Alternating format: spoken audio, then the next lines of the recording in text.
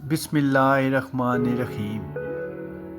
آج ہم بیان کرنے جا رہے ہیں اللہ کے جلیل القدر نبی اور عظیم بادشاہ حضرت سلیمان کی مکمل اور ایمان افروز داستان۔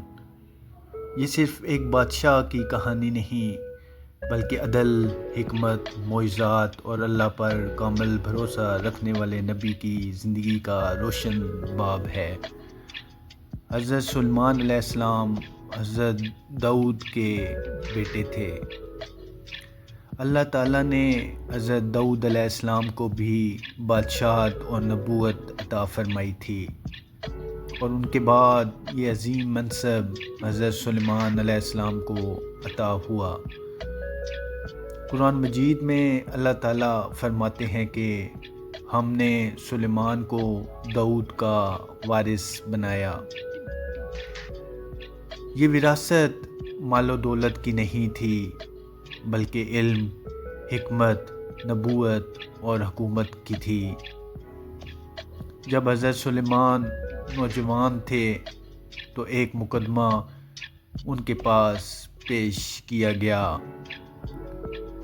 ایک شخص کی بکریاں رات کے وقت دوسرے شخص کے کھیت میں گھس گئیں اور فصل تباہ کر دی۔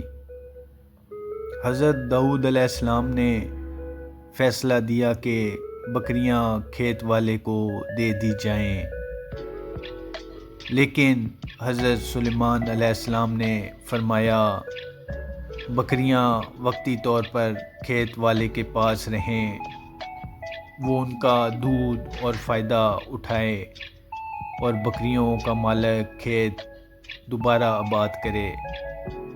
جب فصل دوبارہ تیار ہو جائے تو بکریاں واپس مالک کو دے دی جائیں۔ یہ سن کر حضرت داؤد علیہ السلام نے فرمایا یہ فیصلہ زیادہ بہتر ہے۔ اسی واقعے سے اللہ تعالیٰ نے ان کی غیر معمولی حکمت کو ظاہر فرمایا۔ حضرت سلیمان علیہ السلام نے اللہ تعالیٰ سے ایک دعا کی، اے میرے رب، مجھے ایسی بادشاہت عطا فرما جو میرے بعد کسی کو نہ ملے۔ اللہ تعالیٰ نے ان کی دعا قبول فرمائی اور انہیں ایسی سلطنت عطا کی جو دنیا کی تاریخ میں بے مثال ہے۔ اللہ تعالیٰ نے حضرت سلیمان علیہ السلام کو ہوا پر اختیار عطا فرمایا۔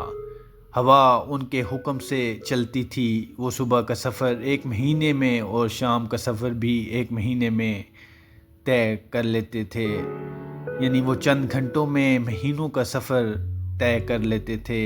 یہ اللہ کی طرف سے عظیم معجزہ تھا۔ صرف ہوا ہی نہیں بلکہ جنات بھی ان کے تابع کر دیے گئے۔ وہ بڑے بڑے محلات بناتے، سمندر میں غوطے لگا کر موتی نکالتے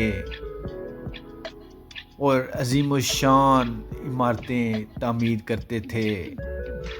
اگر کوئی جن نافرمانی کرتا تو اسے زنجیروں میں جکڑ دیا جاتا۔ یہ سب اللہ کے حکم سے تھا۔ اللہ تعالیٰ نے انہیں جانوروں کی زبان سمجھنے کی بھی صلاحیت دی۔ ایک دن وہ اپنے لشکر کے ساتھ جا رہے تھے کہ چیونٹیوں کی ایک بستی آئی۔ ایک چیونٹی نے کہا، اے چیونٹیوں، اپنے بلوں میں داخل ہو جاؤ، کہیں سلیمان اور اس کا لشکر تمہیں روند نہ دے۔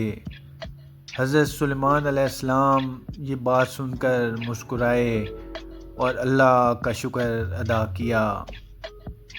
یہ واقعہ قرآن پاک میں سورہ نمل میں بیان ہوا ہے۔ حضرت سلیمان علیہ السلام کا لشکر بے مثال تھا۔ اس میں انسان، جنات اور پرندے شامل تھے۔ ہر لشکر اپنے اپنے نظم کے ساتھ کھڑا ہوتا تھا۔ ایک دن انہوں نے پرندوں کی حاضری لی تو ہدہد پرندہ غائب تھا۔ انہوں نے فرمایا اگر وہ بغیر عذر کے غیر حاضر ہے تو میں اسے سخت سزا دوں گا۔ اسی دوران ہدہد حاضر ہوا اور اس نے ایک حیران کن خبر سنائی۔ ہدہد نے بتایا کہ وہ ایک ایسی قوم سے ہو کر آیا ہے جن پر ایک عورت حکمرانی کرتی ہے۔ وہ عورت ملکہ بلقیس تھی۔ اس کی قوم سورج کی عبادت کرتی تھی۔ یہ سن کر حضرت سلیمان علیہ السلام نے اسے ایک خط بھیجا۔ خط میں لکھا تھا اللہ کے نام سے جو بڑا مہربان نہایت رحم والا ہے، میرے مقابلے میں سرکشی نہ کرو اور مسلمان ہو کر میرے پاس آ جاؤ۔ ملکہ بلقیس نے اپنے درباریوں سے مشورہ کیا۔ انہوں نے جنگ کا مشورہ دیا، لیکن ملکہ نے کہا کہ بادشاہ جب کسی بستی میں داخل ہوتے ہیں تو اسے تباہ کر دیتے ہیں۔ اس نے پہلے تحفہ بھیجنے کا فیصلہ کیا۔ حضرت سلیمان علیہ السلام نے تحفہ واپس کر دیا اور فرمایا کہ اللہ نے جو دیا ہے وہ تمہارے تحفوں سے بہتر ہے۔ آخر کار ملکہ بلقیس نے خود حاضر ہونے کا فیصلہ کیا۔ حضرت سلیمان علیہ السلام نے اپنے دربار میں فرمایا کون ہے جو اس کا تخت میرے پاس لے آئے؟ اس کے آنے سے پہلے ایک طاقتور جن نے کہا کہ میں لے آؤں گا،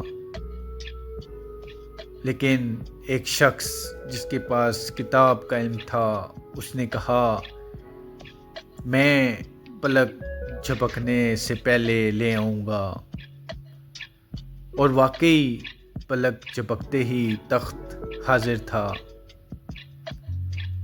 حضرت سلیمان علیہ السلام نے فوراً فرمایا یہ میرے رب کا فضل ہے تاکہ وہ مجھے آزمائے کہ میں شکر کرتا ہوں یا ناشکری۔